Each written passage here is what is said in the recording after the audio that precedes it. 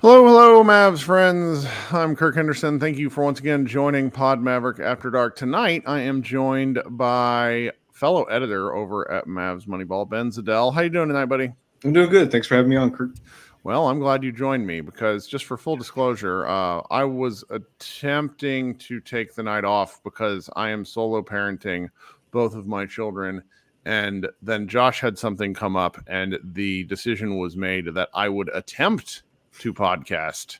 And so we might have a very odd show here because for those of you who follow along most nights, I have he's now 6 week old and he is sleeping in his bassinet directly above me. I have a camera here to my left that I'm watching him on. So if I have all of a sudden bolt off the stage in the middle of the show, that will be why. And Ben will carry for a second. I will go get Mr. Grant and he will come join us angry as hell, probably. But all right, Ben, so the Dallas Mavericks played their fourth game in 7 nights. They played the Minnesota Timberwolves. The final score was 119 to 1-1. I watched this game this was the most like fan, I was like doing laundry and other stuff while watching the game. This wasn't the closest attention I've ever paid to a basketball game. But to me, this really felt like two things. Like, number one, the Dallas Mavericks were playing their fourth game in 7 nights. They were playing without some of their best players. They ran out of gas while also playing one of the best teams in the league. Yeah, it's just one of those games where the Timberwolves just kind of wore them down over the course of the game. They, in my opinion, the Wolves didn't play super well, but you could just really feel the Mavericks started off a pretty good run. I don't have the numbers in front of me as far as what they outscored them in the first quarter, but then just over the next 3 quarters, you could just tell that they were running out of gas. And the Timberwolves are a really good defensive team. Again, I didn't look up any of the numbers. I was like you, kind of struggling to get set up here. I know they're really good on defense, and it showed tonight. Again, I know the Mavericks are, fourth game in 7 nights, but they made life really tough on them. The Mavs got some open shots, I know, but you could just tell that there was some really they're a long, big team, and it caused the Mavs problems. Well, the sort of hilariously definitive stat of the game for me was Naz Reid hitting 7 3-pointers and then the Dallas Mavericks hitting 7 3-pointers. So, like, by the end of the game, you're looking at this and, the final score is an 18-point game. Like, that's effectively a blowout by range. But the Mavericks were in this game up until elements of the fourth quarter where they were turning over the ball with like 7 or 8 minutes left. And it's just like, Lively. It was so funny. My dad's actually here. He was watching the game with me, and I was telling him about Lively and how good he was. And then Luka makes this one pass to Lively at the top of the key, and Rudy Gobert strips him in the open court, and then and I'm just like, well, if that's the way this game is going to go, and obviously Rudy Gobert is like a former defensive player of the year and probable defensive player of the year with how he's playing this year. But it was just sort of indicative of what the challenge of the game was for the Mavericks, because they clearly didn't have enough juice. And at a certain point, the Kyrie being out is going to catch up with them. Josh Green being out is going to catch up with them. There's all sorts of stuff that can really be problematic over time for these Mavericks. Beyond sort of our bland takeaways, what were sort of the things that were most interesting to you about this game? Because I feel like I learned some things from watching these Mavericks in the sense of, I thought, a lot of the games we watched the Mavericks sort of lay down and die last year, or not even play to begin with. And so it's like, I was telling somebody in another group chat, like, yeah, Luka played 40 minutes for the fourth time in a row. Yeah. And the answer is like, well, why? And the question in response was why? And to me, the answer is very clearly, like, these guys want to go out and try to win every single game. And yes, they got blown out, but that's something that matters to me. What else did you see? Yeah, it's a really weird tone shift, even from going back 2 years. Yeah, 2 years ago to the year they went to the Western Conference Finals. Even that year, they were like these games where it was just you could tell they gave up the game before the day before because they're announcing Luka's not going to play.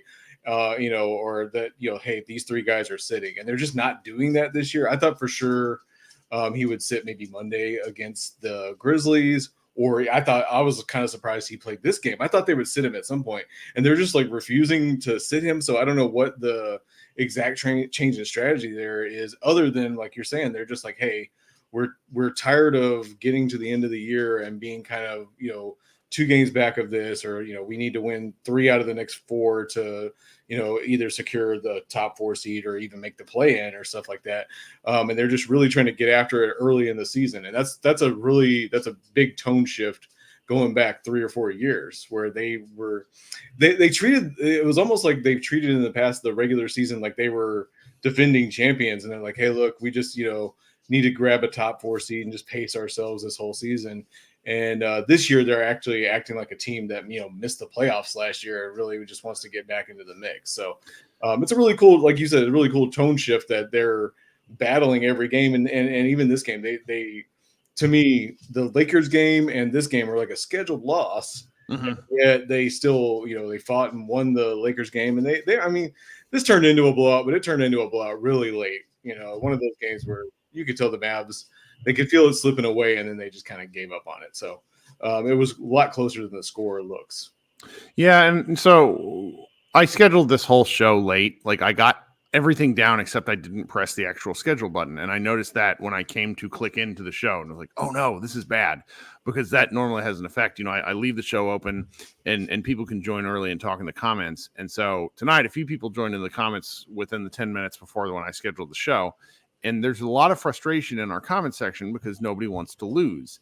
And I really do. I appreciate that. I think it's interesting. But one of the things that I was just sort of really worried about. I'm getting some interesting audio feedback. Is that from me? Yeah, no, that's my dog actually. Oh, deciding to just he's tapping around. It sounded like somebody typing. No, and I was like, that's the dog deciding to move all around the room all of a sudden. Right now, after she's probably been lying down. Oh, he's been completely still for like 20 minutes before we got on.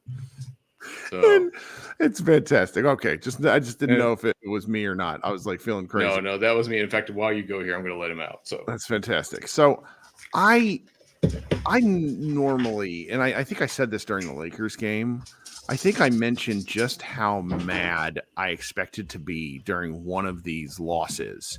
And I'm not necessarily all that disappointed because they came out and played really hard. Now, I have some concerns coming away from this game, but not near as bad as I would have thought. Anthony Edwards played like crap, so that really helped the Mavericks. But the Wolves destroyed the Mavericks in the preseason, and they're the kind of size-based team that I thought was going to like sort of run them out of the room from the beginning of the game. So that the Mavericks were able to battle this much was pretty interesting. And you're going through the box score, and you're looking at who played like shit, frankly, and you can sit there and say, okay, if one of these guys hits one more shot, 2 more shots, and you guys know who we're talking about. We're talking about our Grant Williams of the world. We're talking about our Derek Jones Jr., who just really had bad games. Tim Hardaway Jr. like had one of his games where you're like straight to the gulag for Timmy H. And it's not, I don't know. It's a thing where the fact that we're mad about a game that felt like a schedule loss feels like sort of progress for everybody, because at this point last year, there's a lot of like bargaining going on where it's like, oh, well, they'll play better at some point, and the Mavericks never really did, which is something. And so I don't know. I'm trying to think like what else would I really want to talk about this game? It's like Luka was once again transcendent, and then I also watched him play like truly horrendous defense. I'm worried that he's going to miss games in February at the rate that he's picking up technicals as of late, and I don't like want to harp on the technical element because he that's one where like Jason Kidd needs to get a technical for him. Like that was such a bad non-call. I don't know what to do. your elbow and your forearm and your sole is not part of the ball. Yeah, it's one of those things where we're kind of tired of talking about it because I mean, what can you say at this point other than like he has got to like stop, because there's a way. Again, that's a foul. It was a foul that was not called. The early, when he got the technical. Right. At what point in the game did it happen? It was early first quarter. Like, not long. Yeah, not long enough for him to be like, oh, this is the 10th time this has happened this game. I'm really frustrated. And it was a blatant foul, but at a certain point, you have to like as a player recognize that like the refs are going to miss some of these calls. That it's just going to happen. And there's a way to go over there and kind of berate the ref and kind of, negotiate, manipulate, whatever. Be angry about it, but there's a way to do that without picking up that tech, and there really is, because he just goes from 0 to 10, and there's a way to do it. He needs to honestly study like LeBron tape of how to like get in the ref's face but not get a technical. So because it's just getting to a point where it's hurting him. I mean, again, we're talking about it when I said I didn't want to talk about it, but no, but it didn't. Luka played one of these games, another just truly remarkably insane stat line, 39 and 13 to go with, let's see here, how many rebounds? 6 rebounds. And he shot the ball terribly from 3, which is what it is. So did the rest of the Mavericks. And you just sort of end up in a place where the Mavericks lose and you walk away and you're like, all right, what more could Luka Doncic do? I don't think there's really much of an answer there. Like I'm seeing some frustration in the comments, and like you guys know, I tend to get very frustrated with Jason Kidd. I'm not sure what sort of adjustments you're supposed to make when Kyrie Irving is out, when Josh Green is out, even though I don't know how to. I think you're with me on this. Like, I don't mind not seeing Josh Green. Yeah, for me in this game, yeah, for sure. The Jason Kidd stuff. This was very there was nothing wrong really to me in the micro. It was more of a continuation of the macro problems with Jason Kidd.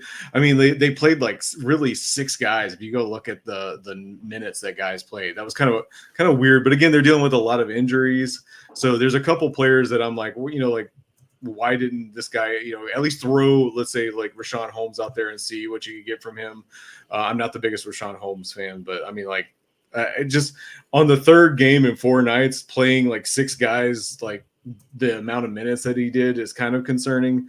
The other thing is you can find it somewhere. I think even Dan Devine out of Yahoo like clipped it. Alexander Walker on the Timberwolves actually shouted out like early on what play the Mavericks going to run. This is like first quarter, second quarter, somewhere in there, and you can hear the audio. The game audio picks it up, and he's out there yelling stack, stack, stack. And basically called out the play that they were going to run before they even got it set up. And so they're for me, they're a little bit too predictable, which is something I think we complained about last year. That was a big thing. The predictable nature of, after 20 something games, there is an element of predictability that comes in because these guys all have tape on one another. And like the Minnesota Timberwolves are, I don't know if they aren't the best defense, they're one of the best defenses. And our guy, Matthew Phillips, who I think is writing the recap, gets really frustrated with kind of the lack of no calls. But like the best defense in the league often tends to foul the most, and they get called the least. And they play a physical brand of basketball.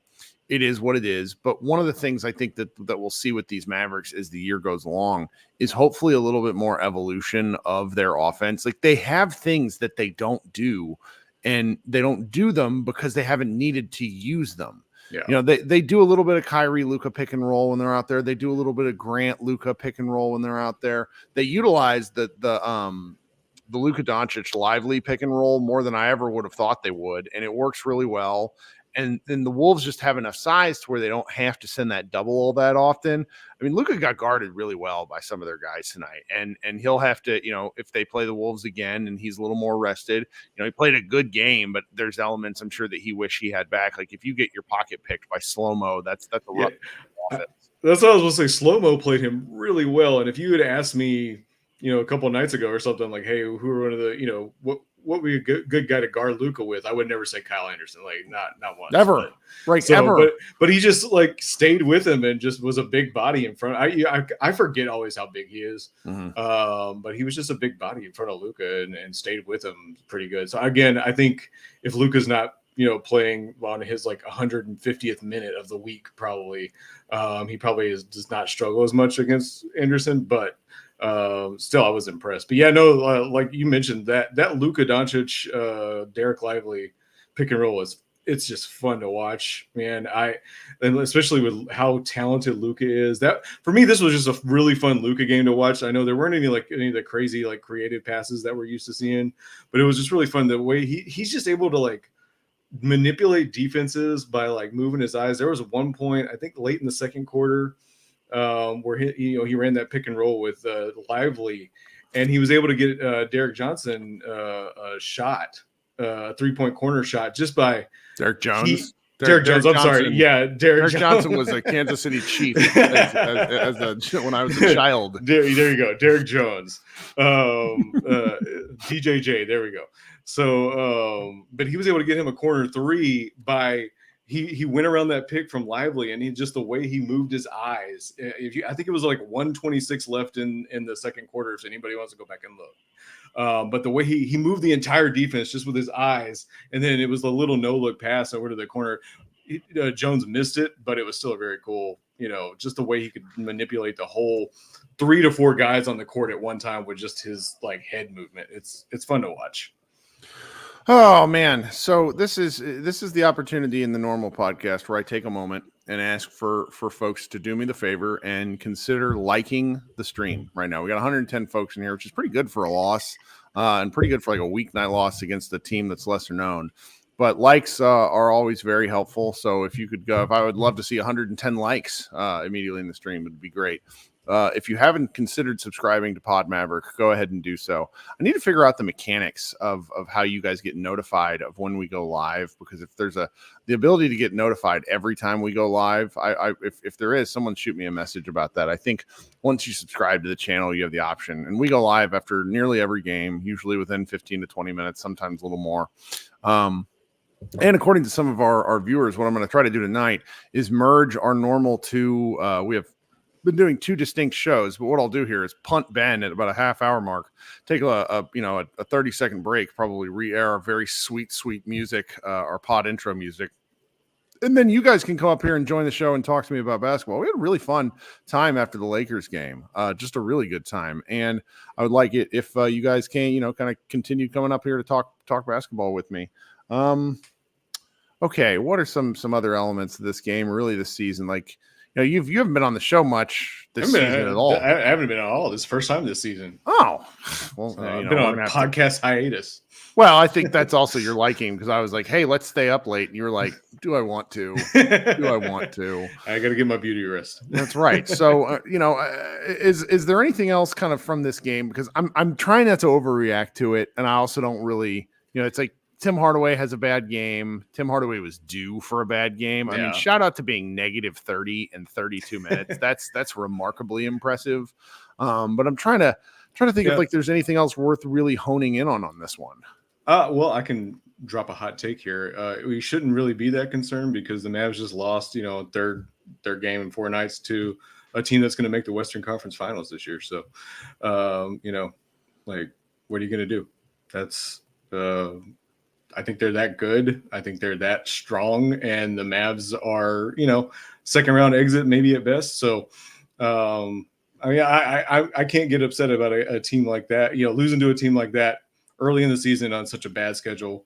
I'm not going to sit here and rant about the NBA schedule. The fact that the Mavs play, what was it, like 6 games in like 16 days, and now they're going to cram a bunch of games into like 20 days. It's my friend Mares, who runs some of the stuff over at DNVR, said today that if you want to talk, like almost all NBA storylines are schedule based. Yeah. Because he said the Nuggets have played a really crazy first 20-something games, and then they get, kind of an easy schedule the rest of the way, which is really something. And so I don't know. I've this season as a whole, I've really had a good time. I've not been super stressed out about it.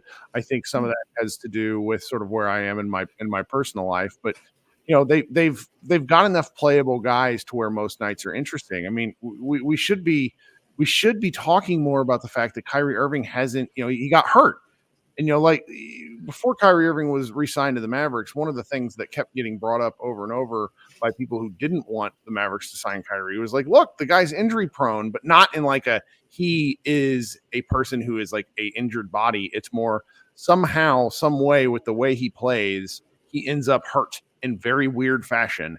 And what do you know? Dwight Powell injured Kyrie Irving in very weird fashion. So, if he's able to come back at any point this, like in December, I think the Mavericks should kind of count themselves lucky. It's just been the kind of season so far to where I'm having a hard time getting particularly jazzed about certain stuff. Like my friend Harold just shot me a message and he's saying, man, the Mavericks, the Maverick, Jason Kidd only played Dante Exum he played him like the sixth most minutes in the first half or something like that. What's he say here? And that's the sort of thing that in a losing, six most minutes, 12 minutes in the first half when he's probably a starting guy. He was a plus 16 in those minutes. I get it, but it's just at the same time with how many injuries this team has had to what you would assume were their rotation guys, the fact that they are where they are feels nothing short of remarkable. Like, yeah. I'm not a big Jason Kidd guy. I'm never going to be a big Jason Kidd guy, ever. He's been in my life since I was 13. I mean, I had his poster up in my room. But now I'm just like kind of over him as a coach. But at the same time, what do you do? Like, the team is winning. What sort of criticisms can we really be leveling? Like, I'm just having a good time. Yeah, well, I mean, they're beating the bad teams, and that's been such a problem for them. Again, going back to like we talked about with them punting games, and that was the problem with them punting games is because they were losing to teams that they should have beat. So they're not doing that anymore. So it has that feeling of like, hey, they're actually like a solid team, and when they're not losing these awful games where it's like, hey, the tanking Pistons are, missing their two best players and somehow the Mavs still find a way to lose.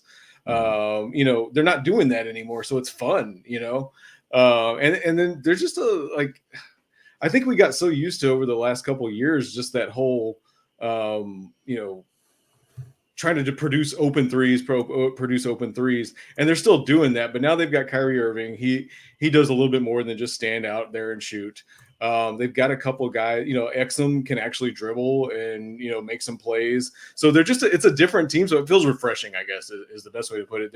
They're winning games that they're supposed to win, and it's looking a little bit different. They finally, shuffled the lineup and did it in a good way. There's good young players. It's a fun team. So I'm like you. I can't get mad about games like this where I feel like they should have lost the Lakers game. They pulled out a win. They probably should have lost this one too, honestly, and they were, kept it close. So it's just hard to get upset about watching Luka play like this, and then they're third, fourth seed or something like that. I think I checked earlier today; they were the third. They were third before the loss, and they probably bumped back just because the West is really yet to separate itself at this point. I think if I was to really issue one sort of criticism, it would be I need Grant Williams to buck the fuck up already. Local man, who goes out tweeting Batman photos and all this stuff about how cool he is. I just, don't do that. Don't do I will be less critical if you don't act the fool. Because go ahead. Well, I just think he's kind of on the Tim Hardaway experience, because I think the Lakers game, he played really good. I think he hit 19 points, something like that. He was amazing. Yeah. But that was the first amazing game he'd had, since Thanksgiving. I mean, it's been a while. I just think he's going to be that type of player as well. He's pretty young too. I think 24, 25 years old. So he's still, he's got growing up to do there.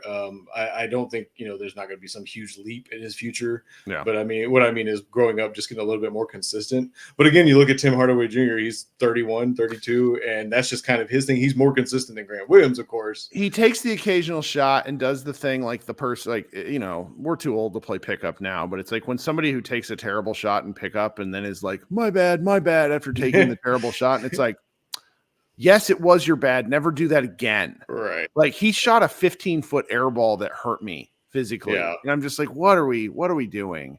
And, fan123 just says in the chat, Grant Williams plays defense. So that's why he gets time on the court, but he definitely cost us a win tonight. I mean, he was part of the costing of the win. We can't lay everything at his feet, but it's just there. I took issue with him before, like when he was a Celtic, because he kind of plays, there's a WWE element to the NBA that can be really, really fun if you're in the right headspace for it.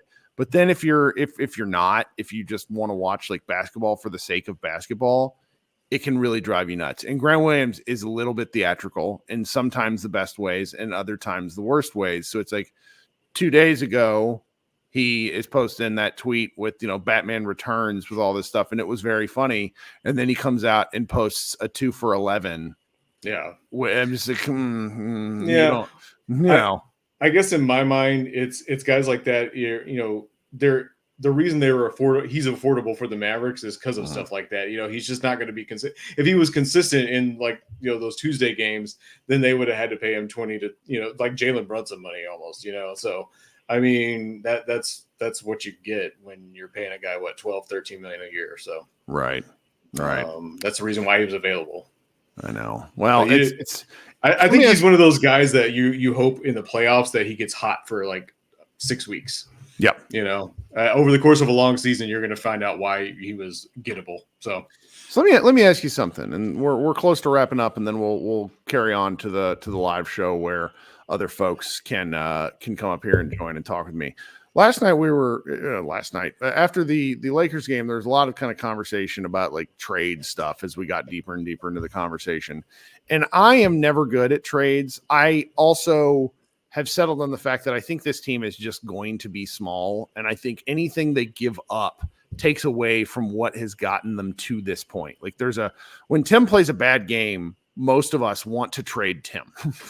But I also really think that Tim Hardaway is a X factor in when he's hitting some of the garbage shots that he takes. He helps break the offense wide open. So I don't really there's nobody to replace that role on the team. It's not going to be Seth Curry. It's just not. He's not that kind of shooter. He's also smaller. So I just, while I would like to see them make a trade, I also don't see they only have one first round pick available to them right now. I think if they do that, they are basically that's the last thing they do, for a while. And so I'm not ready for that. So it's like, I would rather them hold on to that pick and then see if that opens up other stuff down the road. Do you have any do you have any additional trade related thoughts, or where do you fall on this? I should know this because you write for our site. We've not really talked about it. No, it really, because I mean, I'm like you, there's really nothing to talk about in my opinion. They don't have anything to trade.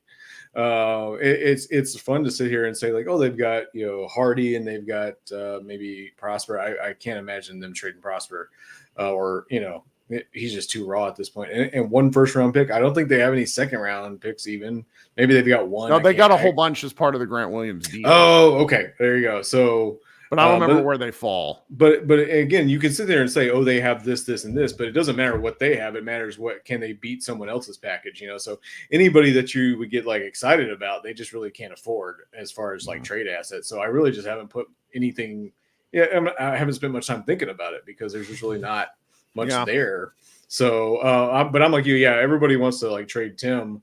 He's the only guy that they have that really moves on offense, if that makes sense. He's running around off screens and pin downs and stuff like that. And he's really the only guy that they have that can shoot off of movement like that, So I really, it would change the offense. I mean, now granted, you could sit there and make the argument that if they pulled somebody back, if they got somebody back for him that was better on defense, maybe that changes the team for the better. And you can afford, sustain that offensive drop that you would have by not having Tim out there, which is a good bet because you've got Doncic and Irving, so that might be really, worth the bet. But again, you got to be sure about that. I think if you're the Mavs front office, and plus again, I don't know. I think does Hardaway have one more year left next year? Yes, this is year 3. It's yeah, and it's a pretty cheap. So I mean, maybe somebody just wants to clear some books and get somebody. I don't know. I can't imagine them pulling off a trade with Hardaway that would just change the course of this team significantly, even if you add somebody like Hardy. So I just really don't have a ton of. I'm like you. I would just rather them just kind of roll with this team. It's a good team. It's probably not good enough to get to a Western Conference Finals. But it's a good team. I think they'll make the playoffs pretty easily and maybe make some noise depending on the matchup they get. So Let me ask you something stupid that I should know the answer to as a person who has who runs our freaking website. When do the Mavericks play again? That is a good question too. I believe Saturday. Saturday. Okay, so here's likely what's to happen here. So we're gonna take a brief minute-long-ish break, and then we're gonna resume with our fan show here. For those of you listening to the audio feed, that will be posted at some point Friday afternoon. That will be Mavs or group therapy since the Mavericks lost.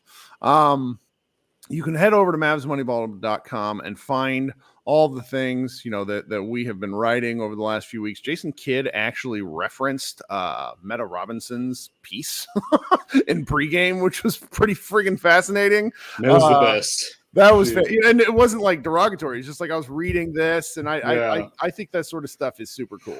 Yeah, she's a huge add to the website. So she's awesome. Yeah, so there's stuff, we've written a fair amount of things the last week just with games back, and that's kind of how it ends up working over at Mavs Moneyball. So if you consider meandering over there and looking at that, Ben, do you have anything else before I punch you? No, had a good time tonight, and I appreciate the chance to come on and talk about it. So all right, guys, if you'll go ahead and hold on here in the show, we will be right back, and I will figure out how to edit some of this stuff. Those of you listening on the audio stream, thank you so much for your time.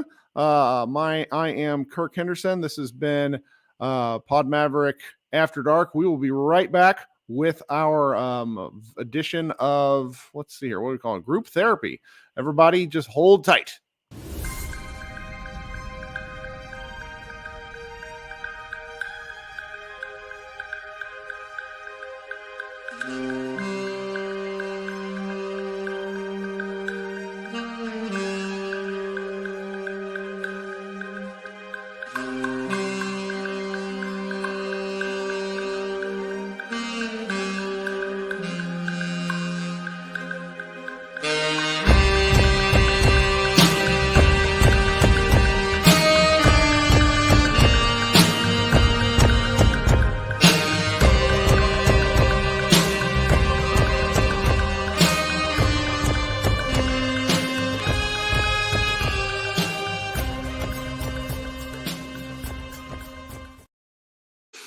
Welcome back. I am Kirk Henderson. This is Pod Mavericks Group Therapy. It is about 11 o'clock. The Dallas Mavericks fell to the Minnesota Timberwolves 119-101, though the final score is not indicative of how the game was played. We are doing a continuation, for those of you watching on YouTube, of the show that just ended about a minute ago. For those of you listening on audio streams, this is the second half of the show. You can pretty easily find and subscribe and join the show live. If you want to participate on YouTube, just seek out Pod Maverick. It should be in the comments of the YouTube chat, or I'm sorry, of the podcast, written audio section. You can very easily find and subscribe. That way we can have folks join. This is the portion of the show where you as Mavericks fans or Mavericks haters have the opportunity to click the pinned link in the YouTube chat, and you can come up on stage here and we can talk a little basketball. Jared Sullivan in the chat already noticed, weren't you supposed to have the night off? Yes, I was. I am single parenting tonight, but a little bit of a miracle has happened. My 6-week-old is asleep. He went to sleep before the show started. Now, I might pay for that at some point later tonight, usually probably between the hours of 2 a.m. and 7 a.m. But if it means I can make Mavs content, I'm happy to go ahead and do it for you. Josh Bowe had something come up last minute, and so I still wanted to go ahead and do something for you guys. And I just like talking basketball. I thought that was a really interesting game. So remember, go ahead and seek out the pinned comment in the chat. It's a link to a service called StreamYard. It's really easy to join. We have, anywhere between 5 and 10 people join us in a regular show. It's a lot of fun to stay in here and hang out. Coming up first is my man, Brian, who joined us the other night. And Brian, and we will do our best to not talk about Blue Eyed Samurai immediately, but we may pivot to that a little later just in our chat here. So Brian, what's going on, man? We might need to. That was more interesting than the game tonight, at least in the second half. Yeah. It was, I don't know, man. I'm not too disappointed just because we tucked that Lakers win in our back pocket. So that makes it easier. But yeah, Tim just had an uncharacteristically bad game shooting the ball. And Grant, we thought that Grant was back a little too soon because he played Right. well in the Lakers game, or he shot the ball well in the Lakers game. And tonight he was just nothing from three, nothing really on defense. I was just waiting to see if Kid was gonna let go of the rope and like give Omax those minutes once he was like clearly stinking it up, and Yeah. it just never happened, and I was disappointed by that. The minute distribution on this is particularly weird because yes, it's the fourth game in 7 days. You sort of know that, and it was really nice to see the Mavericks put up a hell of a fight. Not going to lie about that. It's nice to see Luka come out looking like a lunatic and just ready to go play basketball and get into fights early on. What is more interesting though is when certain guys didn't have it, like you said, Kid just let them play out the string and they didn't give anybody a chance here. I mean, let's see here. We got 1, 2, 3, 4, 5, 6 guys that played 30 plus minutes. Or well, I guess Dante only played 28 minutes, but Dante should have played more minutes. And you got to wind down Grant's minutes a little bit. Why not, turn up the spigot? You're playing Marquise Morris 13 minutes in the year of our Lord 2023. Like that can't be a thing. That can't be a thing. It's one of it. I don't have Morris has actually played better than I thought he would have. I remember being real mad and just kind of keeping it to myself when the Mavericks signed him to that partially guaranteed deal. But you got other guys out there. Like, what's the point of having a Greg Brown the third and then AJ Lawson? I guess you're playing against a really superior team defense, and that's part of it. But I'm sort of confused as to what the Mavericks or what Jason Kidd in particular was hoping to get out of this game. I mean, I guess it was close enough for long enough that some of this was justified. But then when you end up getting beat by 17 or whatnot, it's like, maybe it would have been nice to see some of the younger guys. I don't know. We fry kids sometimes. I just have a hard time with it. This is one of those things where it's easier in hindsight than in the moment because they were hanging around, and then friggin' Nas Reed hits a billion threes. Well, no, I'm not gonna lie. It was easy to tell in the moment because we were hanging around in spite of Grant Williams. Like Tim was bad shooting the ball, and Tim wasn't good on defense. But that's just kind of Tim. Grant, like he was actively, like I felt like he was playing for the other team. Like it was really, really bad. Like just getting blown by over and over and over by their centers, their wings, their guards. It didn't matter. Whoever was being guarded by Grant Williams, you could get to the rim whenever you wanted. And then you get to the other end, they were 6, 7, 8 feet off of him, 2 feet in the paint, and he just wasn't making them pay. And it's like, all right, Jason, you got to make a switch, brother. You get I get you want to rely on your vets, but come on, man, he's not giving you anything. The Morris twin, I could see going to him for at least a little bit because he was good in both of the last 2 games, but you can tell pretty early on with him whether he's got it or not. And 3 minutes in, you could tell he didn't have it. It was time to go to Omax. It was time to give Greg Brown a couple of minutes, especially once Lively started getting beat up in the paint. Like he held his own and actually kind of outplayed Rudy, which was really impressive. But after a certain point, man, we couldn't get a defensive rebound. We couldn't close possessions. And that's on top of already not being able to like hit outside shots. If we didn't get to the paint, we didn't score tonight unless it was like Luka. The Mavericks haven't had a shooting game quite like that.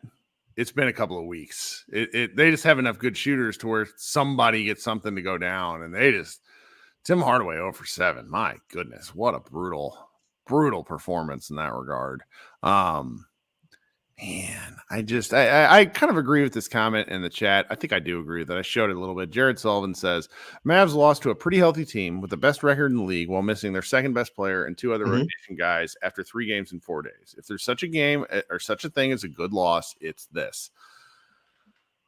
I tend to agree, though. I think we have another guy in the chat, fan123, who would probably tell you, like, if anything, though, that's a reminder this team is really good, and maybe they need to go make a move for somebody now so they can stop, putzing around.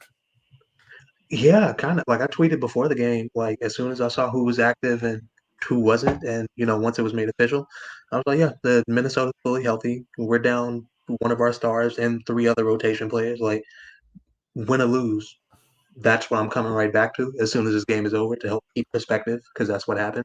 Right. But Yeah, I actually kind of got the same feeling. Like the way that we played and kept pace with them, it made me feel like, okay, maybe this team isn't that far off. This is not a contender, but maybe we aren't as far off, like based on how well Lively's playing compared to like what expectations were at the start of the season and how good Luka looked, how good Kyrie has looked in stretches, and how good Derek Jones is, even when he isn't able to contribute offensively, like what he's able to do for us defensively, how much that helps. Mhm. Like all of those factors put together, like we're really just a big wing, like a four that can kind of hold their own on the boards, really, because that's really all we kind of need. Like a lot of this comes down to the fact that okay, when Grant isn't hitting threes and just like crushing the other team from beyond the 3 point arc, it's really, really, really, really, really easy to see just how small he is. Yeah. He's super strong, but dude, being 6'5", playing the power forward against Karl Anthony-Towns, it is tough business, and it makes almost everything harder for us on both ends when we're trying to rebound against 2 7-footers or get to the paint against 2 7-footers. And yeah, he just didn't have it tonight in a way that kind of killed us. And it was also just kind of disappointing to see. Like I get riding things out with Tim because of how good he's been this year, but it sucks because Jaden actually started the game really well. He had a three and then a really tough bucket right through Gobert's chest at the rim. I think he made a mistake right after that, but he had a good enough start to the game where I'm like, okay, maybe you kind of ride this out with him if nobody else can hit shots and see if he can just get hot and keep you in the game. And Kid just kind of never went back to that, and we just kind of got sunk in the end by that point. But I'm still encouraged by how well we played against this team, despite all the guys we were missing. So let me ask you a hater question. Mm-hmm. Do you miss Josh Green at all? Not in the slightest. Yeah, that's kind of the guy I think can we trade him? This is where I need my man Scott, CBA Mavs, who is living his real life, which is why he hasn't been able to help that much. But I need him to explain when we can move Josh, because I think Right he now. can be a good player. I actually do think Josh can be a good player. I don't think he's ever going to be a good player with this team. He needs the ball a little too much. He's never going to get it. Yeah, once we traded for Kyrie, it just made things difficult for the kind of role that he can have on his team and how much he can have the ball and the kind of opportunities he's going to get and the kind that he needs really to develop into what he can be. He can be traded right now. It's a poison pill deal, so it'll be $4 million outgoing for us, $11 million incoming for the other So you'd have team. to wait till next year for it to be like a dollar for dollar kind of deal when he's actually making the $13 million a year or whatever it is. Yeah, but you could do it right now. It's easy, man. I've been in this trade machine so much in the last 2 months.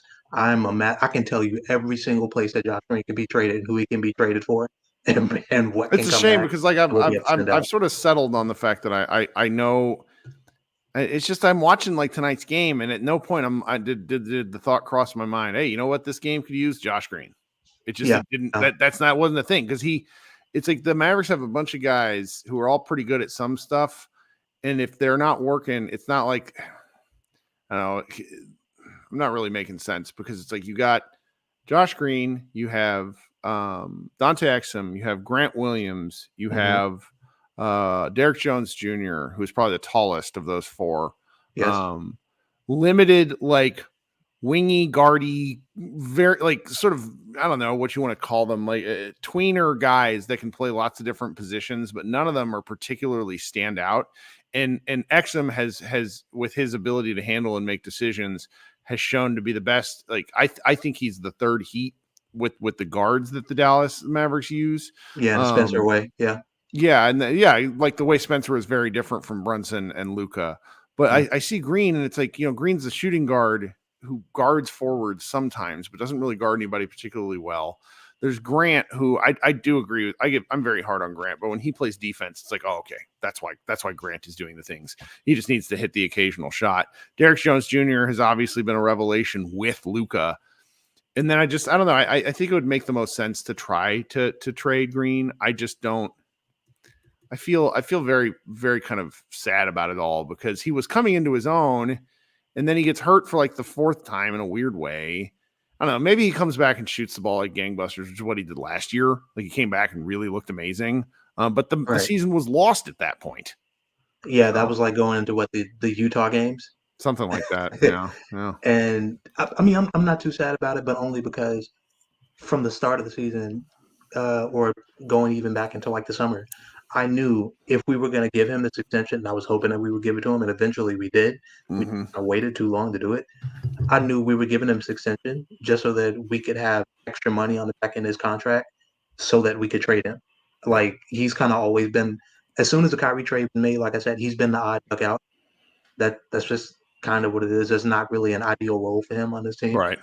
and it'd be much easier for him to find it elsewhere and us to trying to recoup value for in the form of like a player who better fits what this roster needs, and that's just kind of always what it was going to be to me. So I'm just enjoying the Josh Green good performances that we get while we have him, and then when he's gone, salute him for his service. But that's how the business goes. Well, Brian, you're the man for helping me kick off this show. I think this the folks who are talking to me about how the algorithm and stuff works within YouTube, it makes sense to transition from one show to another just because we keep the number of viewers in here. But I think we're also less likely to have the same kind of gang of folks who wants to come up and talk basketball. Because I mean, the barrier for entry of being on screen in front of people is like really off-putting. I get it, and I'm glad that you're helping me out. I really appreciate talking ball with me. It's also just fun. We got, some other folks that have joined in the meantime, and we're gonna get to them. But I always really, really appreciate you coming up. If you ever want to write anything, you shoot me a message, and Mavs Moneyball would probably publish it. So, Brother, you flatter me, but thank you. I appreciate it. All right, man. We'll talk soon. Yes, sir. All right. I don't mean to almost press ban from the studio. That's the wrong button. All right. My friend Simon is coming up next. Simon, what are you doing tonight? How's it going? Kirk, I appreciate you bringing me on and being the second guest, because I know that I'm on East Coast time, and so I did, and you're out there. You're out there in Washington D.C., where they're about to lose their minds. The city of D.C. is, because the Washington Wizards arena. Are they looking like, we don't need to talk about this, but they're looking about building an arena in Virginia, and it's like causing a national crisis. Like Washington. It's amazing, and that's where I used to live. It's just, it cracks me up so much that's an option. But anyway, what do we think about these Mavs? What are you thinking, dude? On that point, real quick, and then I'll get to the Mavs. So sure. I live in Arlington, and my grandmother lives in Springfield. So that 395 trip south in the afternoon is about to be a lot more arduous if that goes through. All right. Going back to the Mavs, I think the last time I talked to you was after the Houston game, maybe. So I can, I hop on every now and then. I want to start on a positive note, and just two things that I like, and then I'll get to the stuff I don't like. Sure, please, let's do it.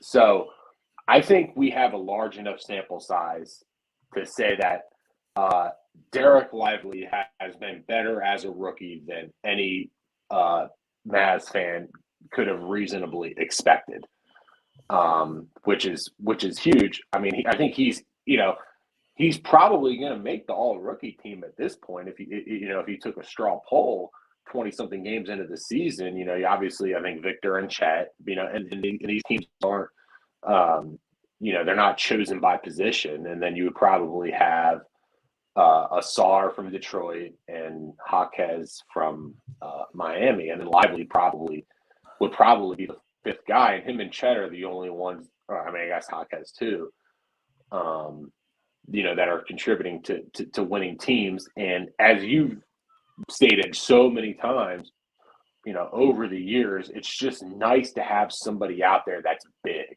and that has size and athleticism, and versus like a Dwight Powell who is constantly giving up inches to like somebody like Gobert. I can't say enough about Lively. He's been better than I think anybody could have expected up to this point of the season. I mean, we really didn't know if he was even going to be ready to play NBA basketball, coming into the season as a rookie, given that, he averaged 5 points a game last year at Duke. We really didn't know what to expect, but I think he's been better in the aggregate than anybody could have expected. So that's a positive development.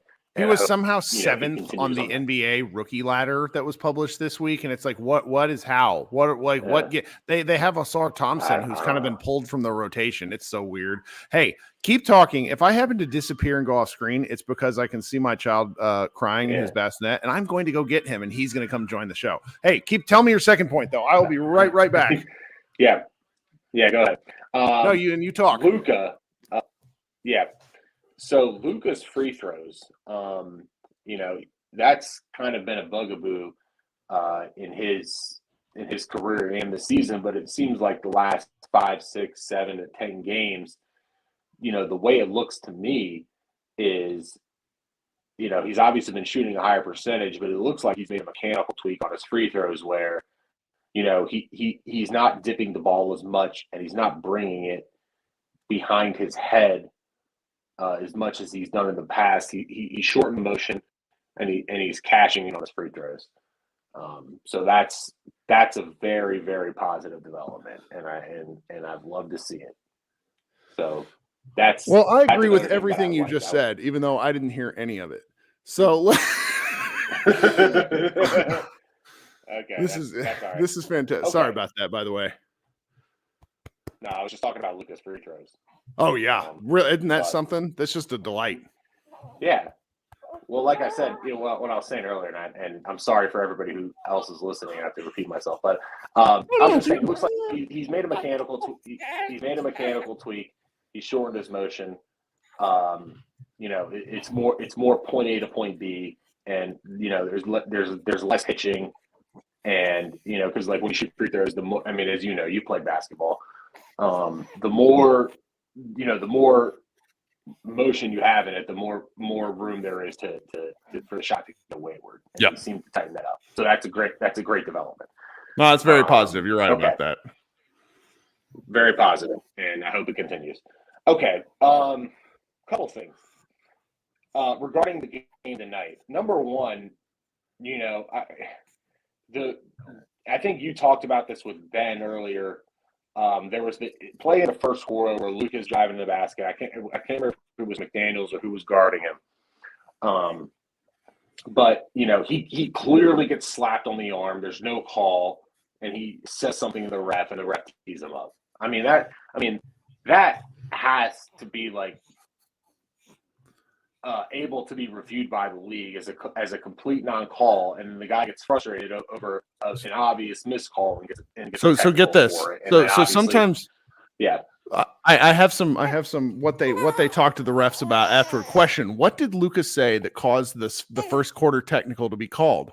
The referee, after a no call, Luka overtly gestures by hitting his hand multiple times while yelling "call the foul" and aggressively walking toward the official. Like, get the fuck out of here. Grow up.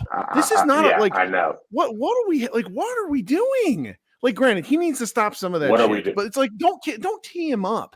Pull him aside and yeah. Oh my God.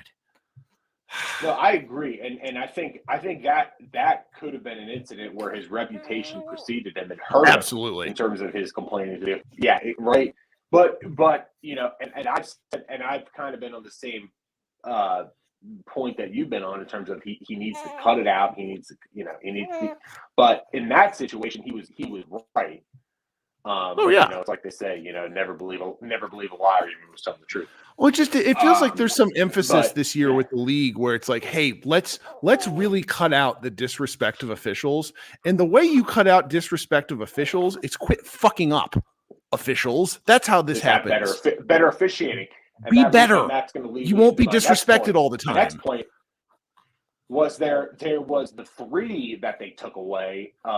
It was like there was like 2 minutes left in the first quarter. Luka goes to the left. He hits a step back three. And then after the quarter ends, they review it. And then they say he was out of bounds and they take it away. I don't know what the protocol is in that situation, but what? So like the end of the quarter, you can just review any play that happened at any point in the quarter and reverse it. I don't understand that. Review's a mess, man. That's just I know. It's just ridiculous. Yeah, and they fuck up the game and they take sorry, excuse my language. I don't care. I curse all the time. Yeah, I know, but I know you have a baby. So I Oh don't yeah, wanna he's 6 call weeks for old. He doesn't know what the word "fuck" means. He's fine. Okay. Now, now those were just kind of my points on the game of the night. Now, kind of onto the bigger picture stuff. So with Luka, and I don't know why it bothers me so much because he seems to be doing this thing where he'll get. It's hard to complain about the game of the night except for the turnovers, but obviously, he's making great passes and other guys aren't hitting shots and whatever. He But still finished he seems 13 to do assists. He's finished with 13 assists. He made great passes. He played a great floor game as he always does. But there are so many times where he gets to the paint and he has like an open 3 to 5 footer, and then he just whips a pass to the corner to either like Derek Jones or Grant Williams for like a contested 3. Mm-hmm. And it just doesn't seem to be the optimal decision there. I don't know if he's like scared of getting blocked or if Rudy. I Rudy think that's Gobert's in there, that's the Gobert element for me. But he's gotten better about that. But that is definitely the Gobert element for me. But it's he did it tonight, but he's been doing it all season. Where last year and then especially in 1920 year 2, where he was just like, and I brought this point up before, when he's attacking the rim with abandon. That's when he's playing his best. Sure. And he just, and he's still touching the paint, probably just as frequently, but those paint touches don't seem to be, with the intent of going in and finishing and then making the adjustment once the help comes. It seems to be like, okay, he's touching the paint, but it's almost like the first option is to try for a cross court pass, for a corner 3 when that should be the second option. As far as the turnovers go, obviously as much as he handles the ball, he's going to turn it over some. But I mean, like sometimes he throws passes like what I do when I'm playing pickup, and I don't really care. Like I'm gonna try to nutmeg a guy here. I'm gonna throw it behind the back. But like in the NBA, like these fucking possessions, like they matter. And in the aggregate, they hurt the team. Now, as far as Dallas overall and Jason Kidd coaching, like, I mean, Luka probably has to set the record, for most times being doubled at half court. That seems to be a strategy that other teams are increasingly employing. When he's bringing the ball up now, when Kyrie Irving's on the court, playing that 4-on-3 style when Luka's giving it up at half court and letting everybody else go to work, that probably works a lot better. But when Kyrie's not out there and it's Lively who has to make the decision, and Lively, to his credit, he's a pretty good passer for his age and his position. But there doesn't seem to really be any adjustment from the coaching staff or from Luka when that defense kind of bogs the Mavericks offense down, except for the occasional Luka post up. So I don't, aside from Kyrie just getting back and healthy, I don't know what the strategic adjustment there's some stuff they haven't even bothered to break out yet offensively, and I think that will start to come but they're not playing this team every night. Like there's certain teams they can break, and they don't need to bust out the fine china. But I understand what you mean, because there's just times where like, man, can we get an easy bucket? Can we do something? Where's the easy button for this offense? And that sometimes can be it just doesn't exist. Right. Well, there's the easy button, but there's also just like kind of the just basic adjustment. Like, I mean, I know Luka has to have the ball most of the time, especially when Kyrie's not out there. But like, I don't know what it would be, but maybe like, I mean, Exum, seems perfectly capable of transporting the ball from point A to point B. That I think is your answer, and they need to do it more. Yeah. They need to, and they would need to do it more.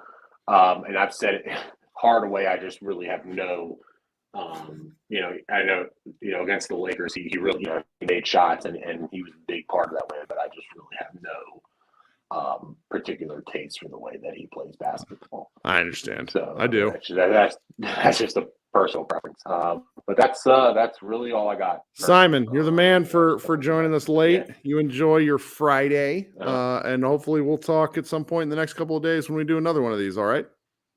We'll talk soon, man. All right, later. Okay. Once again, sorry for everyone for having to deal with me for 30 seconds while I sprinted upstairs to grab the child. He is back asleep now, but when they make these noises in their sleep, it's very off-putting. All right, we're going to let a show legend join. One of my first green room callers way back when we were doing audio only. This will be my first time seeing him face-to-face. Really appreciate him joining the show. Mr. Doe Dang, how you doing, my guy? What's going on? Hey, how you doing, Kirk? Congratulations on the newest member of your family. Thank you. Every day is an adventure. I was really proud of myself because I got him to go to sleep he fell asleep on his own, and then he woke up on his own in the middle of this. I was hoping I could buy at least an hour because we're kind of at the hour mark right now. I got 45 minutes. It's better than I could have expected. So what's going on? Well, I wish they would play Omax more, at least 10 minutes a game. Because the biggest thing that you pointed out and a bunch of other users pointed out is, size is an issue that we have.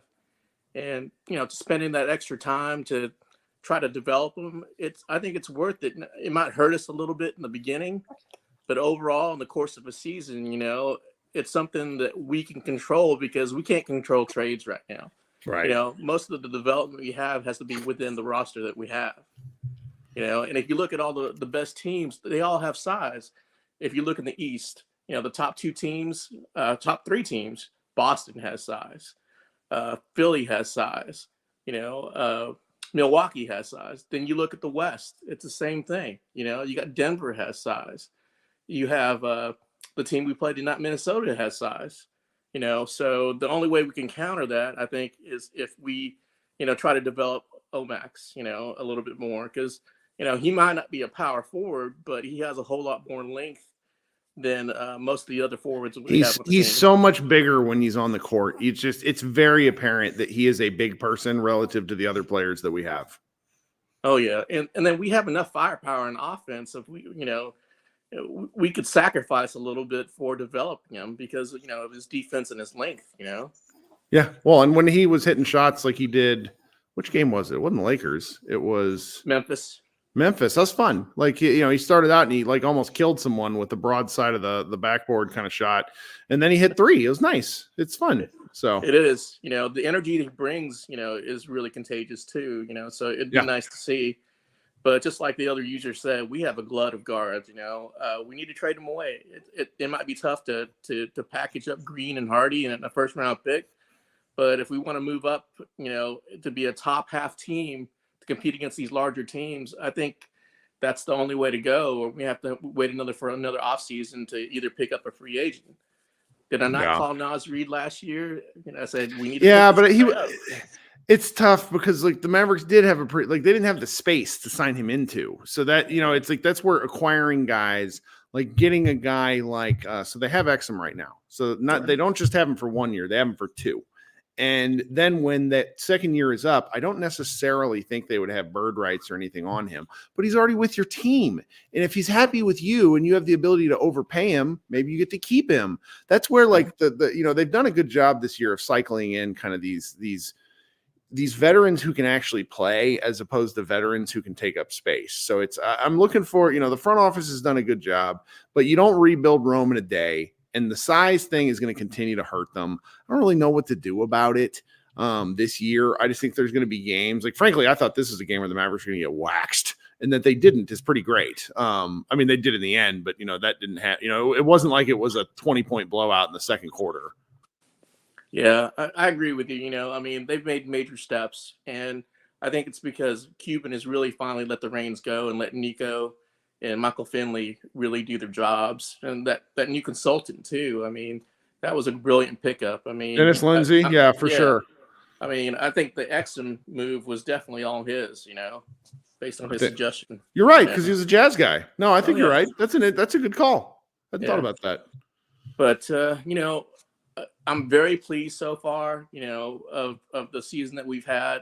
There's no way that I could have predicted that they'd be, at this rate of wins versus losses. I was thinking maybe 500 to start the season, and maybe sneak in, in sixth slot before we don't have to do the play-in. But, if we can continue the rate that we have, beat the teams that we need to beat, and then, split with the better teams, then I think we'll have a successful season. It's something to build upon.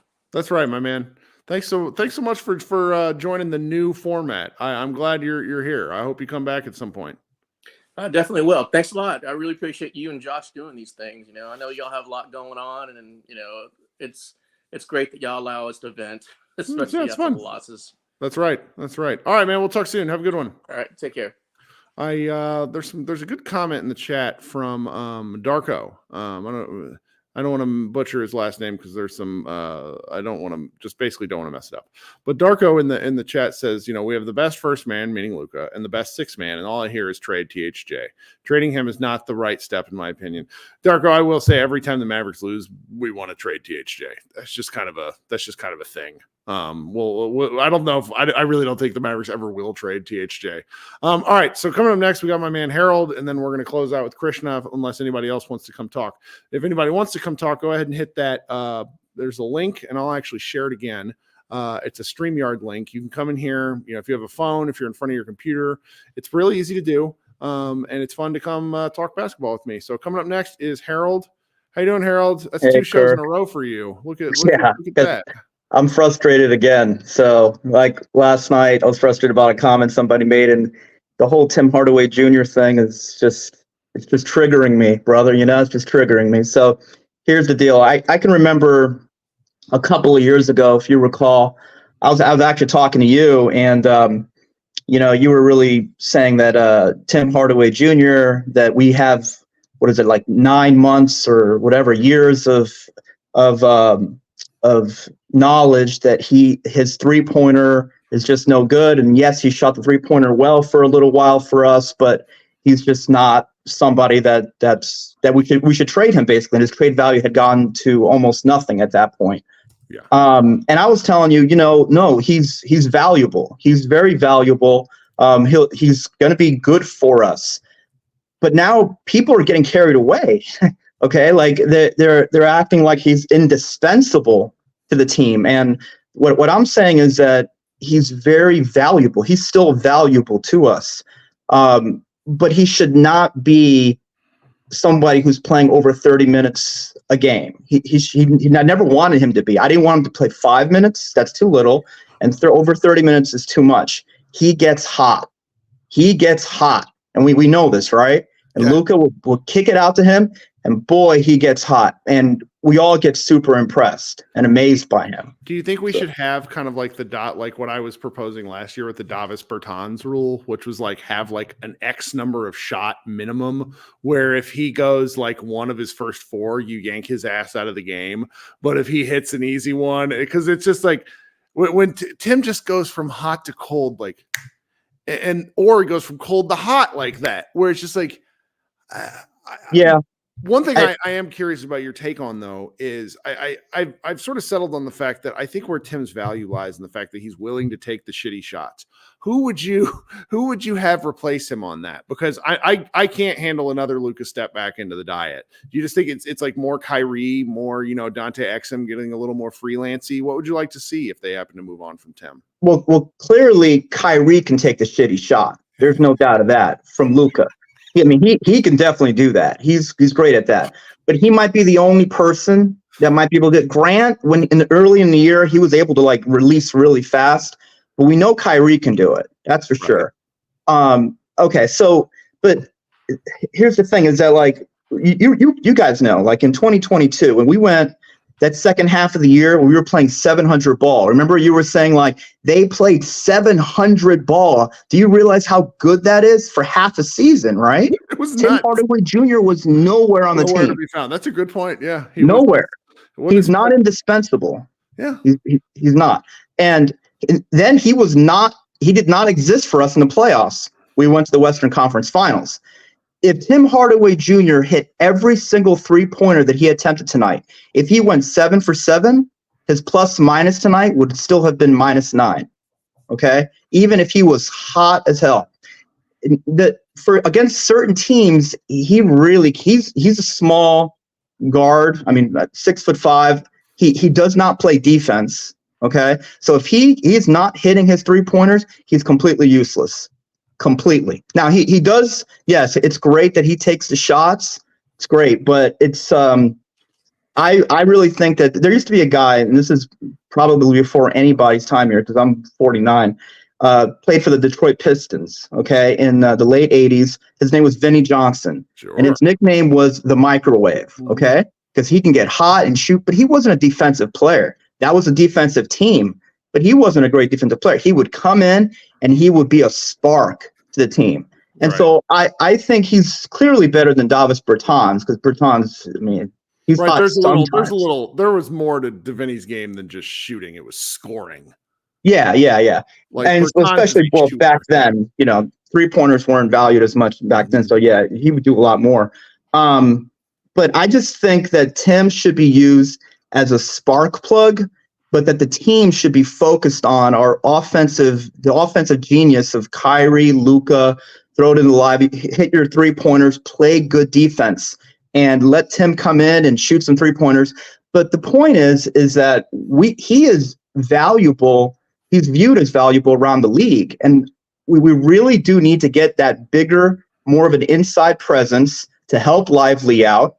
And I really don't think we need Tim. Okay, his spectacular shooting at times is, I think, hypnotizing us and blinding us to the overall team play that I think that we need to get to where we want to get to. I do unfortunately think that if you trade Timmy, you actually trade him to a team that's better than you right now. Like you take because most contending teams want shooters. So I think that's a little bit of a challenge of if you're trading him to somebody, you're trading him to a team and probably getting back somebody a little more developmental, which in some cases people are really interested in. I mean, I like younger players.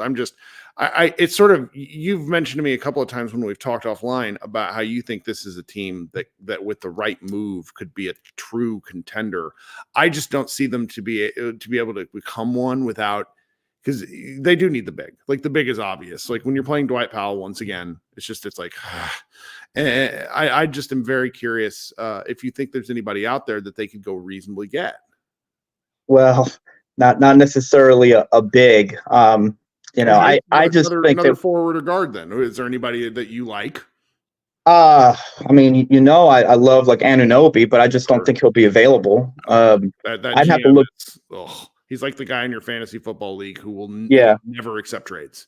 And I think that somebody like Mikal Bridges is going to just too many first-round draft picks. I don't think we have. So, so I'd have to look at what else is out there. But if we can use Tim Hardaway Jr. and just understand that his role is not to be a primary option on this team. It's something like, a lot of people are overrated because they do spectacular things. Sure. Like, for example, I think Steph Curry is overrated historically. Okay. I think he's the greatest shooter I've ever seen. I can say that too. He's the greatest shooter I've ever seen. But yet I do think he's overrated historically, where people are wanting to put him in the top 10. And I would never, I could name 15 people historically I'd rather have over Steph Curry. However, his shooting is so spectacular that it just blows people's minds. And then the same thing that happens with Kobe Bryant. He looks a lot like Michael Jordan. Therefore, he must be like top 5 too. And he's not. So anyway, the point is, some people are overrated and because they do one thing spectacularly. And I think Tim Hardaway is overrated. And we should be open to trading him and not be afraid because we still have Luka Doncic, Kyrie Irving, Derek Lively, and we are a good team. So let's just let go of the Tim Hardaway obsessions, guys. But not you, Kirk. I love you. Thanks so much for staying up late to talk to me. All right. All right, man. Take care. Right, talk soon. All right. I got to read this quote because this is just beautiful trolling. Before we close out with Krishna. Rudy Gobert was asked about Draymond Green, and he said, "I have empathy for him. You see somebody that's not well inside and suffering. You take away the game and all that, and you want somebody to be well and be able to do what we do every night and compete and be happy. I'm sorry. Maybe I'm just being a prick here, but to me, that's Rudy Gobert saying, "Oh, bless his heart." I just, and there's a writer that I follow, Jay Caspian Kang. Doesn't look like he's writing for anybody right now, but he had a quote earlier. It said, "So the NBA decided to frame all this Draymond stuff as a mental health thing." Man, there's this whole mental health washing phenomenon that should be talked about with appropriate sensitivity. Why wasn't it mental health when he stomped on Sabonis's chest? Man, I'm just so glad we don't have to deal with that thing. There's all these like weird, like, what if the Mavericks traded for Draymond Green? Like, I'm sorry, Draymond Green is washed. He is washed. And plus, like, and I mean this seriously, we have like, there's a one asshole rule on the team. We have one asshole. His name is Luka Doncic. We don't need another one. All right, coming up next, Krishna. Oh, Kirk, please keep Draymond Green away from the Mavericks, far away as possible. I mean, he brings a lot of intangibles, but it's just like this man has. Here's the thing. He's done some crazy shit this season. I don't think he's completely washed. I think he's a good defender, but he's lost that physical strength that he had when he was much younger. Sure. And he's still good. He's still smart enough to play on the defensive end of the ball. He still has the offensive knowledge to be to be like a passing big, right?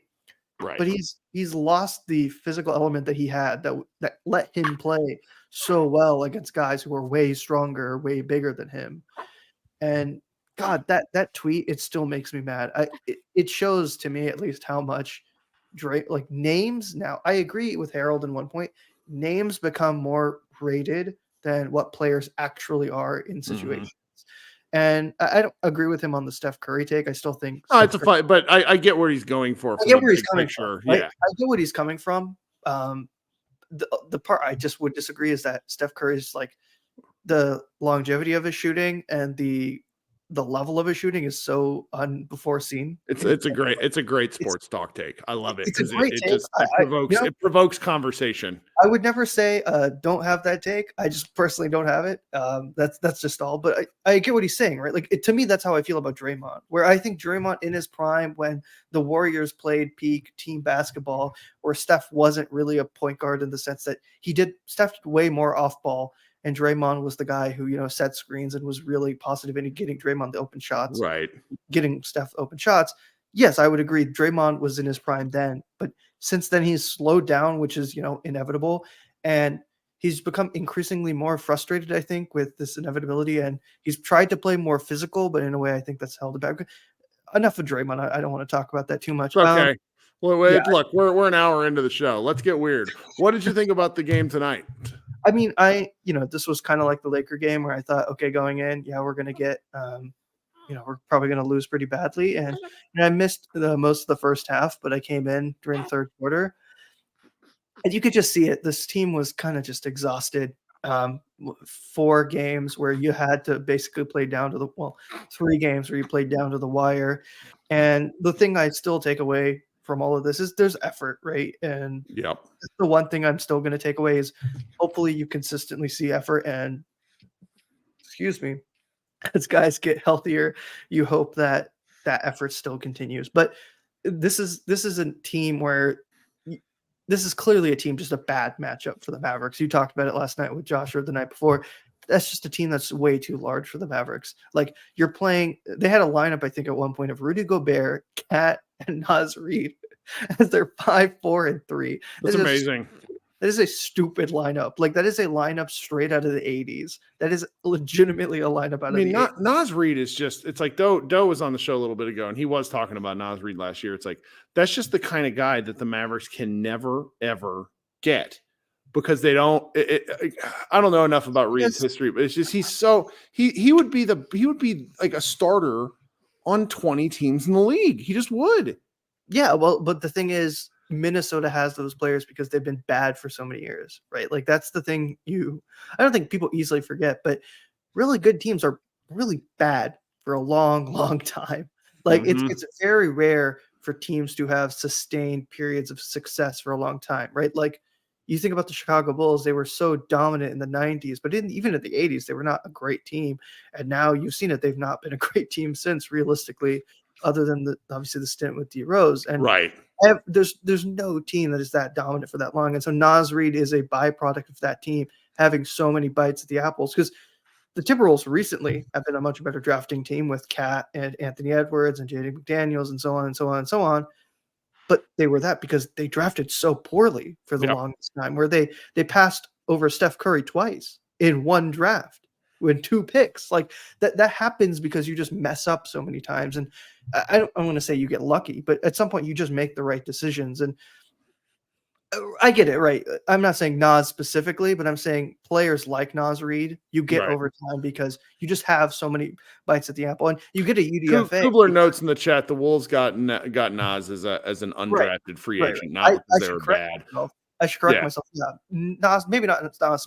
They have a lot of just like, I mean, talent, and then they went all in with Rudy Gobert, and they got who's my guy out of Ohio State, Mike Conley, who I wanted. Yeah, they've just done a lot of good team building things that have come together in a positive way, in a way where it's like the Mavericks have never had those kind of bites at the apple because they've not valued the draft. We've talked about that for 3 years. No, and the reason you got Conley and Gobert is because you had picks and you had players that the Jazz viewed as valuable, who then they flipped later on, right? And so I get what you're saying. Yeah, Nas was a UDFA, but how do you get really good UDFAs? Well, you prove that you have one space on your scout. roster. Yeah, and then you make offers. Space on your roster, and you give players opportunity. And it's not that I don't think the Mavericks have never done it. I think probably one of the most successful stories of that is DFS, but it's like one out of many. And I think it's you got to do it better. I mean, like that's where we were mad about Bane for 2 years because Bane was in the Mavericks' backyard and Donnie never went to see him play. And that's where I think I've talked about it a few times. I feel like this is a team that is realistically more a team that we've seen. We should have seen in Luka's second year. Where guys are just really young, need more experience, but you still have a mixture of old veterans. And I think ultimately, I get everyone's perspective, but I also don't think like the thing that we've seen in this short amount of time from this front office is I don't think they're afraid to make moves. I think they'll make a move if they need to, but I also don't think it's very much like the other front. Like you mentioned Donnie, I think Donnie was the kind of GM where it was like, oh, I'm just going to make a move. Like we need to make a move. I'll make a move. Where it feels like Nico, he's made bad moves. I'm not going to completely defend him, but it feels like he's more opportunistic in that sense, where it's like if there's something that they feel is worth the value, then they'll make it. Like you mentioned, what would teams trade for? I think the Warriors are markedly worse than the Mavericks, I would say at this point. I think they would trade for Tim just because they badly need shooting, but what would you get?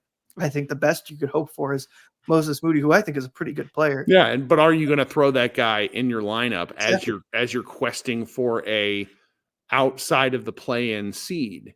And like we would love to say yes, but if he's not going to play, the guy, Lively sort of made the case, but most wings and most players just don't.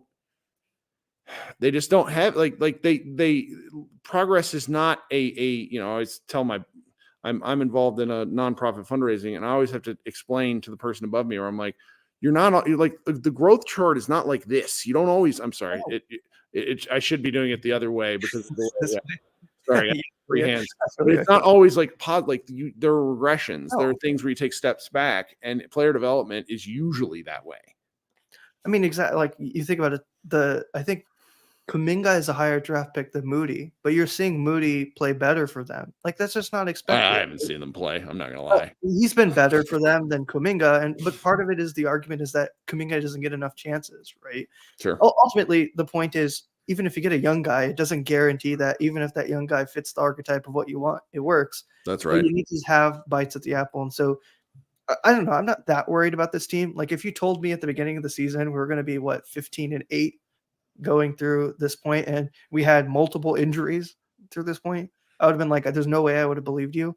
And I think it's positive that they have this start. My only concern is they keep it up, but it helps that there's like a mixture of games that are a little easier. But December is a brutal stretch, and ultimately I'm not that worried. I think it just takes time, right? It's just the frustrating thing is it takes time, and I get it. We always we want things now, and I don't blame anyone. And I think the THJ stuff, it's reasonable, right? I think there was talk about THJ being traded, so I don't think it's one of those things where the team looks at THJ as an unmovable piece. I think it's you need to get value for him, and obviously everyone values things differently. Like I would love OG, but I also think Masai is someone who's not going to trade these people unless he gets like Ever, right? value. Oh yeah. I just don't think it's going to happen. And I think maybe I think Tim gets traded. I think more likely I think it's next year where he expiring, like a true expiring. Yeah. And expiring, and it's a team who's like, oh, we just really need shooting. Like, honestly, I think it could be a team that's like kind of young, where it's like a Orlando or I don't know, like Orlando's the team. Yeah, I mean he's kind of the team where I think that he ends up. That's an interesting one. I don't know. I Harold makes a strong case to where I don't necessarily agree with everything, but it's like if his point to me is like that if you're relying on THJ this much, how far are you going to go? And like that's a good one. That's been the case for 2 years. Like we saw it against the Clippers several years ago. It's like when THJ dies, the offense died. I don't even disagree. I think THJ, when he's hot, when he's like on a mark, when he's boiling, like he's hot, there's no one as good as him in a way. But you can't rely on that because it's not consistent, right? The best players are not only great, but they're consistently great. And Tim, unfortunately, for as great as he's been, he's just not always consistent. And I get it. I don't even advocate for the idea that you need Tim to be such an important player all the time. But I also think moving off of him, like I want Omax to play as much as anyone, but I also know for as good as Omax looked at Memphis is a different proposition to the Lakers or Minnesota. And, it's very rare that, you just have a guy put in that role and then immediately fill in. So I'm not completely mad, and I get it. I think the team is just going to be opportunistic about it. And the other thing is, I think like we've been so frustrated with this team for not having turnover. I think sometimes it's a balance, right? You need to have fresh blood every year. You need to have fresh people in the door every year, but you can't just make wholesale changes in a year and then expect it to like work. Because I think of Phoenix, like think about that Phoenix team. That team is so different from what they were last year. That's right. And in a way, I think that's good and bad because you don't have any consistency from what it is. And it's good because, okay, you have some new players and you can do new things, but it's like, is that really going to work? So to me, it's a balancing act, right? This team needs to still continue to add players and improve the roster, but it shouldn't completely shun anyone who's on the roster that is contributing. Like I wouldn't want to see the team give up on like Dante or Derek Jones Jr. or anyone just because of a few bad months or whatever. But we'll have to see. I think it's a long waiting game, and I think Portland will be a good, kind of get right game again, and it helps that they've been winning for a while. So I don't think this is necessarily a bad thing to take away. Oh man, thank you so much for waiting to talk. No problem. I'm happy. I want more new people to come. So that's right. Well, this was probably the folks who are telling me, and for those listening over audio, they're like, I'm tired of this YouTube talk. But it's interesting because if I want to do these sorts of live shows, you want to have volume in the room. You want to have people. You want to have bites at the apple. It's customer based type funnel stuff. And we have people who are hanging out, folks that are probably never going to want to talk, but then you get, one person every now and again who wants to hop in, and that's great. I mean, this is easy to do. You talk basketball for 15 minutes, and then you can probably like not go check social media for 2 hours, which is what I used to do before I did these things. Yeah, it helps. If you're ever on the audio, you want to come up and join, please do. Join. Yeah, that's right. Everyone wants to listen to takes, man. Takes are fun. Even if you disagree with them, it's fun to listen to some takes. Oh, that's right. I mean, and I've pulled, from Mavs Moneyball, there's like 4 to 5 writers who started out doing these shows, and I was like, hey, come hang out. And it's cool. It's not rocket science. Like I don't mean to be insulting to the real actual beat reporters, but like for people that are our age, and basically when I say our age, I mean anybody under the age of 45, like kind of Gen X and below, you spend enough time on the internet to where you know how to communicate over the written word. And it's like you can do that. You can then talk in person, and it's a little bit of the touch grass movement. I mean, these shows can be fun. So if you're listening on the audio show at some point Friday or over the weekend, consider joining the YouTube page because we'll do another one of these Saturday night. My wife is coming home tomorrow, so I won't have to attempt to hold the fort down. But luckily, this wasn't too bad. I don't know why little man here is actually just like sleeping straight through. Likes the takes. He loved that Steph Curry take. Babies are so. I just can't. Second kid. I can't understate how freaking gross and confusing babies are. I mean, they're wonderful. Don't get me wrong, too. But it's just like he's upstairs sleeping, and I'm watching on the monitor, and all of a sudden he like tenses up and goes like a pterodactyl. And I'm like, what happened? You're lying there. I don't know. Weird. My parents used to tell me I used to laugh when I got tired instead of crying. It's just laugh hysterically and then like a drunk person. It's good stuff. Basically, I used to laugh and then drop dead asleep. And they were so confused. Well, guys, we'll be back. Krishna will probably be back. He comes to at least 2 out of every 3 shows. Thanks so much for hanging out, man. I appreciate you. Take care. All right. So to close out the show here, thanks so much for spending part of your night with me. We'll be back on Saturday night. Josh Bowe will hopefully join. Tell your friends, tell your colleagues, tell your enemies. We should hang out here on the Pod Maverick podcast, either on YouTube or subscribing in the way you get your shows. This has been Kirk Henderson. Everybody have a great Friday, and we'll talk on Saturday. Bye, guys.